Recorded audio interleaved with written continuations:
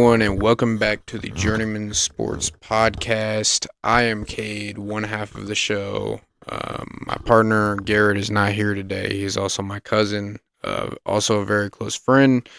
Me and him have been doing this for a very long time together. He did the Saturday recaps of the games that happened on Saturday for NFL Saturday. Um, and today I'm going to be bringing you the recap of Week 15 in the NFL, starting with the Dolphins and Bills. This game was very, very interesting because we had, one player that is extremely criticized by everyone in media, seemingly being Tua Tagovailoa, and then you have on the other side Josh Allen, who is considered to be an MVP caliber player, but has not played up to those expectations this year at all. Meanwhile, Tua, played a pretty good game, but nonetheless did lose. The final score being 32-29. Tyreek Hill also posted on his Twitter after the game saying that he felt that he played bad and said that he's going to do better in the next game coming up here in Week 16. So we'll see what happens with that. But I'm sure it's not going to be all fun and games for the defense, knowing it'll be Tyreek Hill. But the Dolphins do fall to 8-6, while the Bills move on to 11-3 and clinch a playoff spot. And Josh Allen looked pretty mediocre in this game as well, but didn't turn the ball over, didn't make a lot of mistakes, and the defense played well. So nonetheless, they did come over with the win. Good for the Bills. And yeah, if I'm talking a little bit fast, I am sorry. It is 5:04 in the morning right now. I actually already did this video, but it did not get uploaded the way I wanted it to. So here we are doing it again. And it's only because I love doing this and I love doing it for you guys. Love the support and trying to keep the content coming. So, moving on, next we have the Eagles and the Bears. The Eagles come away with the win in this one, 25-20. The Eagles move to 13-1, while the Bears move to 3-11. No surprise here, as we all obviously expected the Eagles to win this one, but Jalen Hurts did throw 2 interceptions, or I think was it 3 or 2?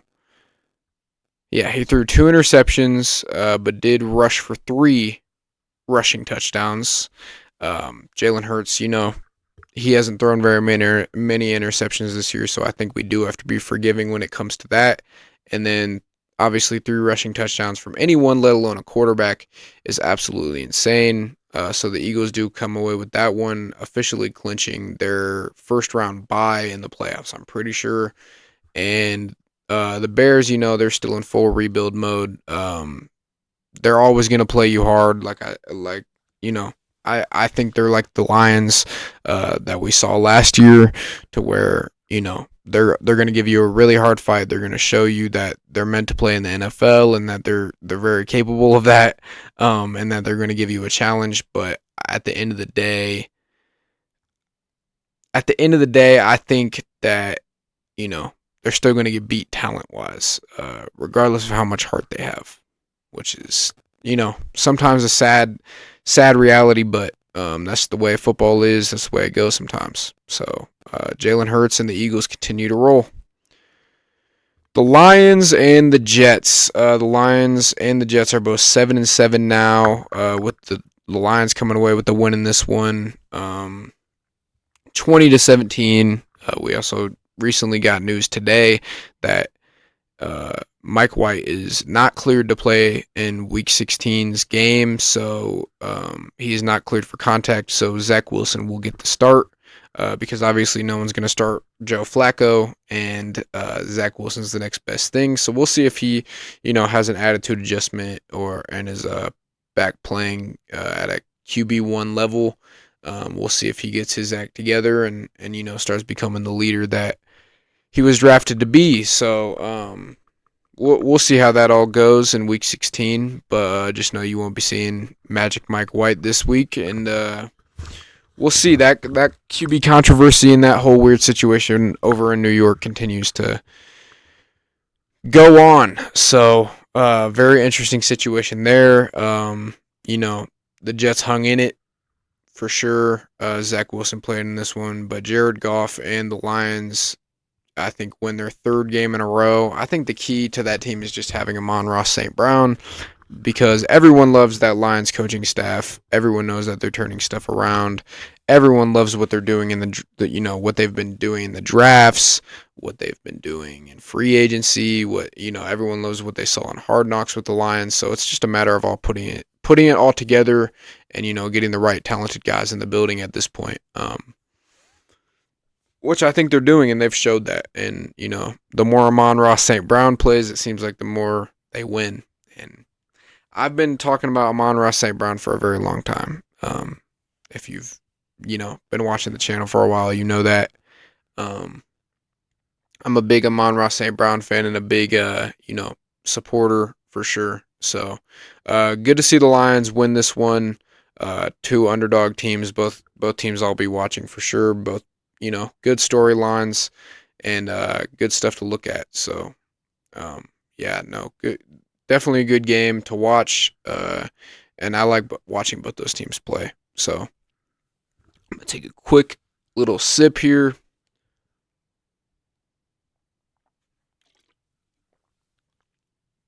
And moving on to the Steelers and the Panthers. The Steelers moved to 6-8 on the year after beating the Panthers 24-16. The Panthers moved to 5-9, being tied with the Falcons and the Saints in their division, and only one game behind the Buccaneers. That is the worst division of football by far. Everyone knows that at this point.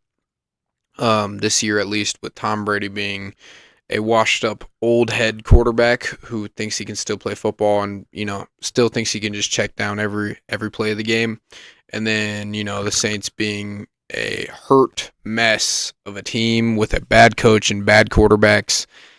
And then, the Falcons being in their own rebuilding situation. And yeah, that division's a whole entire mess. And then, of course, Carolina's an absolute dumpster fire this season. But somehow still holding it together.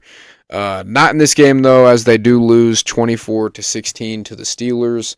This was more of a grinded out game. The Steelers had Mitchell Trubisky in, and it was a lot more running and, rushing touchdowns more than it was, passing and opening up the offense. So this might be Mike Tomlin's first losing season in Steelers head coaching history for him, at least. I know, there's other coaches that have had losing seasons there, but Mike Tomlin himself has not, and this might be the first. It just depends on how they finish in the home stretch. But, the Steelers are always going to win those kind of grinded out games. It seems like the Titans and the Steelers always win those kind of games when it's time to just grind it out and play slow and, do all the unfun stuff. Those are the games that they win. And that's exactly what happened. The Panthers, they have to make big plays. They weren't able to make big plays, and that's unfortunately the situation there in Carolina right now. With everything going on, even though Sam Darnold did play a pretty good game, 225 yards for one touchdown, 14 completions on 23 passes thrown. I don't have a problem with that. Sam Darnold had a solid game, so props to him. Moving on to the Chiefs and Texans, weird game here. Everyone, I think, at one point thought that this was going to be a big upset for the Texans. They do not end up pulling off the upset, as the score was 30-24 to end the game. The Chiefs came out of this one, shaken up a little bit, but nonetheless they did get the win. Travis Kelce and Juju Smith-Schuster both had 10 receptions. For Juju Smith-Schuster almost at 100 yards, but Travis Kelce had over 100 yards, and he had a touchdown. Juju also had a touchdown. Patrick Mahomes was Patrick Mahomes. What's new, man? The Texans, they showed fight, but we also know that they are, unfortunately, the worst team in the NFL. Sorry, Texans fans, but it is true. They are the worst team in the NFL record-wise, and I think roster-wise, especially with Brandon Cooks being an absolute pain in the butt right now, and, all the problems over there. It seems like it's never ending in Houston right now, and um, hopefully things turn turn around and get better for them in the near future. But I think they're making some of the right moves. They just need to continue to get more players on their side because it seems like a lot of players end up frustrated when going there. So they need clearly fix something in management and start putting the right roster together with the right guys around the right guys, and hopefully that'll translate on the field. But all in all, the Chiefs were up big early, and then the Texans came back and scored. I think they scored 21 or 24 unanswered, and the Chiefs pull it out. But nonetheless, fun game to watch. It would have been really cool to see an underdog story like that and see them pull out a comeback win, but it didn't happen, unfortunately. And the Chiefs stay at 10-4. The Texans move to 1-12-1, and the rich get richer and the poor get poorer. So in that situation, that's no fun. But next, we're gonna talk about the Cowboys and the Jaguars. Garrett, he's gonna want me to say this here especially on the podcast. Trevor Lawrence looked very, very good. 4 touchdowns to only 1 interception. Had a pretty good defense helping him too, for sure. But also, nonetheless, Trevor Lawrence looked really good. Had Zay Jones catching 3 touchdowns out here, having a career game. Beating the Cowboys is a big, big step for them. There in Jacksonville with, Jacksonville won this one 40-34, and nonetheless had a very, very good game. Even though the score is close, I still think they had a better game than it shows. I think Jacksonville's heading in the right direction. I think they're drafting the right guys, bringing the right guys in free agency, and if they keep doing that and Trevor Lawrence keeps getting better the way that he is, then everything is going to start turning around for them, and I think their fortunes will get a lot better. With this win, the Jaguars moved to 6-8 on the season, and the Cowboys moved to 10-4 with this loss. Big upset win here for the Jags at home. Nothing gets better than that, man. Upset win at home for seeing some young guns do some things, and a guy like Zay Jones that everyone seems to be a fan of. Seeing him do good things is always good as well. So yeah, good one for the Jags. All right, Rams and Packers. Not much to talk about here. The Packers dominated the Rams, but the Rams are hurt. Very, very hurt. Baker Mayfield obviously is going to struggle barely knowing that system, and then also having a team that's all banged up. The Super Bowl hangover is super, super real, and that's evident. That's definitely evident. That can be seen with the Rams for sure. It's going to be a tough rebuild over there with no picks and all these big contracts when that time does come for them. But as of right now, we just get to watch them be a very, very sorry football team, and that's just kind of a reality. Sometimes after you win a Super Bowl, sometimes things fall apart, and that's what's happening for them. So big Super Bowl hangover in LA, but we'll see what they do in the future to work around that. And nonetheless, the Packers did get the win here. I do want to give the Packers their props here. 24-12 is an impressive score.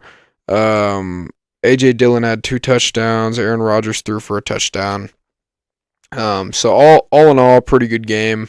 Obviously not a very defensive one. The Packers move to 6-8 on the season, and the Rams move to 4-10. Officially out of playoff contention at 4-10 for the Rams, and there is no way for them to get in. So I guess they better just start setting their sights on the offseason and start figuring out how they're going to turn this thing back around and try to get back in Super Bowl contention. So with McVay and Snead, they should be able to do that. I don't think that's completely out of the realm of possibility. Then we have the Giants and the Commanders. The Giants and the Commanders, and another division game here in the NFL, and that was a very, very good game to watch. Taylor Heineke had an absolute. I think he had a better game than Daniel Jones for sure. Taylor Heineke threw for 249 yards and 1 touchdown, and Daniel Jones threw for 160 yards and 0 touchdowns and 0 picks. So, Daniel Jones was a game manager, as he always seems to be. If he manages the game well enough, the Giants can usually win. But it's when he starts being Daniel Jones that they lose. But seems like the Giants, have won 2 in a row again now, and seem to be back headed in the right direction. So it just shows you how far good coaching does go with Brian Dable over there. And then on the Commanders side of things, they fall to 7-6-1, compared to the Giants at 8-5-1. So they're only one game behind the division rival. And the Cowboys are 10-4. So all three of those teams could really end up making it, just depending on how the NFC ends up shaking out. We'll see how that all goes down. But all in all, very, very good game. Fun game to watch. Final score being 20-12 with the Giants winning, and getting a win that they definitely needed to secure heading towards, or I guess heading down the stretch towards playoffs these next couple weeks. So good one for the Giants, and we will move on to the Cardinals and the Broncos.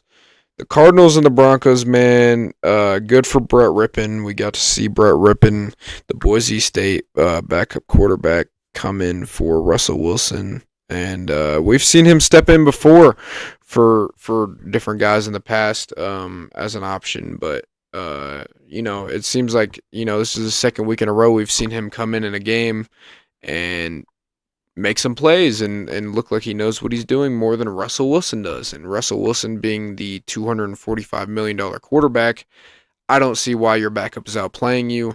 But he did, and the Broncos won against a Colt McCoy and Trace McSorley-led Cardinals team, which, let's not give the Broncos too many props. Colt McCoy and Trace McSorley both threw a pick. Actually, Trace McSorley threw 2 picks. Colt McCoy threw 1, and neither of them threw a touchdown. The only touchdown on the day, or I guess Budda Baker had a pick 6, and then James Conner had a rushing touchdown. But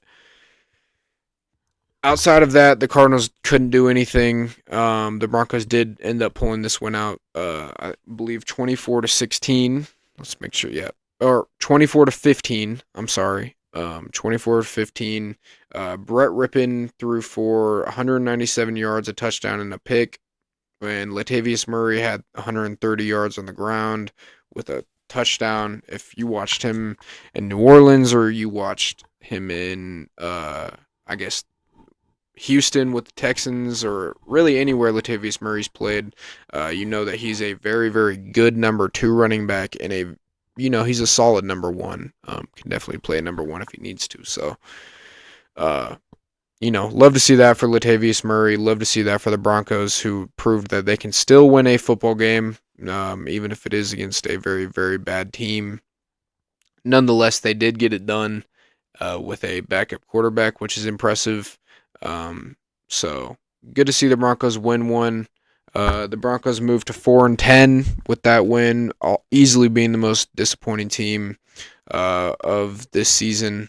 And then the Cardinals are also 4-10, also being a very disappointing team this season. So without Kyler Murray, though, that's going to be expected for the next few weeks. I don't think anyone's going to be choosing the Cardinals at all. So that being said, good one for the Broncos, and moving on to a division rival of theirs that actually got a win thanks to Jacoby Myers throwing a backwards interception because he was trying to be Superman. The Raiders won and beat the Patriots 30-24. with all the rumors flying around New England right now, with Tom Brady possibly coming back next season, and then them already having Mac Jones, and them already having Bailey Zapp, and all these quarterbacks and all this drama, I think it's starting to hurt the team, and I think that's starting to show, especially a team like New England. Um, but for Josh McDaniels to go in and beat his mentor Bill Belichick, who he won multiple Super Bowls with, and beat a guy that taught him the ropes. I'm sure that feels good for Josh McDaniel. I'm sure that feels good for the Raiders to finally get a win. And I think this is their second or third win in a row too. Ramondre Stevenson had a big game on the ground for the Patriots. 19 carries, 172 yards, and a touchdown. I love Ramondre Stevenson. I have loved Ramondre Stevenson since we've started this podcast. I've always been a big fan of him. I've always talked him up. He reminds me of a lot of Marshawn Lynch in the way that he runs out of Oklahoma. And, he's exciting to watch. A really good back. I think he deserves more carries. I think he deserves more credit for sure. And then Devontae Adams being Devontae Adams. Uh, you know, he had a big game. Josh Jacobs had a big game as well, 93 yards on the ground. Derek Carr had 3 touchdowns for only 1 pick on 231 yards. So, a solid game for the Raiders. Like I said, I think it's a different story if Jacoby Myers doesn't absolutely make a terrible mess up for the Patriots and make a big mess at the end of the game there. But, nonetheless, very good win for the Raiders, who have been seemingly on and off behind McDaniels, but maybe McDaniels is getting his stuff together down the stretch here. We'll just have to see what this team can accomplish, and maybe they can make it back into a close playoff contention if they keep winning. So we'll see about that. Moving on to the Bengals and Buccaneers. Man. Burrow lit it up. Joe Burrow, 200 yards, 4 touchdowns, and only 1 interception. I know Brady threw 3 touchdowns and 2 picks. So, I know we were just talking about Brady, possibly going to New England and stuff, but I think the reality of it is it's time for him to retire. I know a lot of people have said this in the past that he's washed up and then he comes out and he wins a Super Bowl. I acknowledge that Tom Brady's the greatest of all time. I acknowledge that, but there is a time when everybody's body has to call it quits, and I think his is just that time. He's fully in Drew Brees mode because Drew Brees in his final year with the Saints, his arm had no juice left in it either, so that's what they were doing. They were just checking it down and doing the short arm stuff, but Tom Brady's been doing that his whole career, let alone this year, and I think this year it's not really working as well because he doesn't have the support system and the team around him that he's had in past years to win. So the Buccaneers fall to the Bengals this time around, 34-23. The Buccaneers move to 6-8. Who they still lead the division, but they only lead the division by 1 game. So they are 6-8. All 3 of the other teams in the division are, I believe, 5-9. So if the Buccaneers either drop one more game or if the Buccaneers drop one more game and any of the other 3 teams win, they'll be tied, and that'll cause an interesting situation here in the worst division in the NFL. But good game. And, fun game to watch. Always fun to see Cincinnati do what they do. They moved to 10-4 on the season, and they look like they could run a Super Bowl back easily. So always good to see that. Always fun to see that kind of stuff. And yeah. Finally, we are moving on to. Sorry if I hit the mic. I know I kind of backed away right there. Last but not least, we are going to do the Falcons and the Saints. My Saints coming away with the W here. Super happy to see that. Again, in a very, very bad division. But I believe that this is a win that we really, really needed to keep our playoff hopes alive. We beat the Falcons, who are now also 5-9. We are 5-9, 21-18. Desmond Ridder threw for 97 yards, no touchdowns, no picks. Tyler Algier had a big game against us, 139 yards and a touchdown on 17 carries. That's a big game for the rookie, especially Cordell Patterson also had a touchdown on us. But I think our defense looked better than it's looked in previous weeks for sure. I also think that we're getting healthier down the stretch, and I think we have a legitimate chance to make a wild card playoff push here at the end of the season as long as we keep winning. Um, so I think we're in a good spot. I have faith in us, and I'm rooting for us. Of course, that's my team. I'll die hard for them. I'll ride hard for them. Just they're we're it's a very very weird situation that that division as a whole right now with three teams with the same record and then one that's only one game ahead. But kind of like the NFC least last year, but instead I think yeah, I think it's the South. I don't know. I don't know my divisions that precisely, but yeah, no. Very, very interesting week in week 15. Very fun week of football to watch. Had a lot of interesting games happen. Wanted to get this recap out to you guys. You know, because I know we didn't get to pick them out. Me and Garrett both wish that we could have got that pick them out. It just didn't work with either of our schedules. And sometimes those things come up. But like I said, recording at 5:30 a.m. now in the morning. The grind is definitely not fake. Definitely up for a reason, and definitely trying to keep this content coming for you guys. Keep everyone that does watch and listen as happy as possible. And please, if you enjoy what we do over here or enjoy what we talk about, please do, shout us out on social media.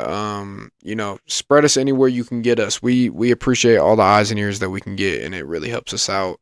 Really encourages us to keep going, and we love what we do. So we love it when other people love what we do as well. And like I said, Garrett wishes he could have been here for episode 25 here on Journeymen Sports Podcast, but things come up, and me and him will definitely be back together again soon.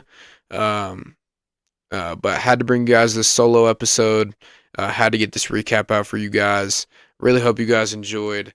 This has been Journeyman Sports Podcast with one half of the show. My name is Cade, and we appreciate you watching episode 25. Please do subscribe and like this video. Thank you very much, and we are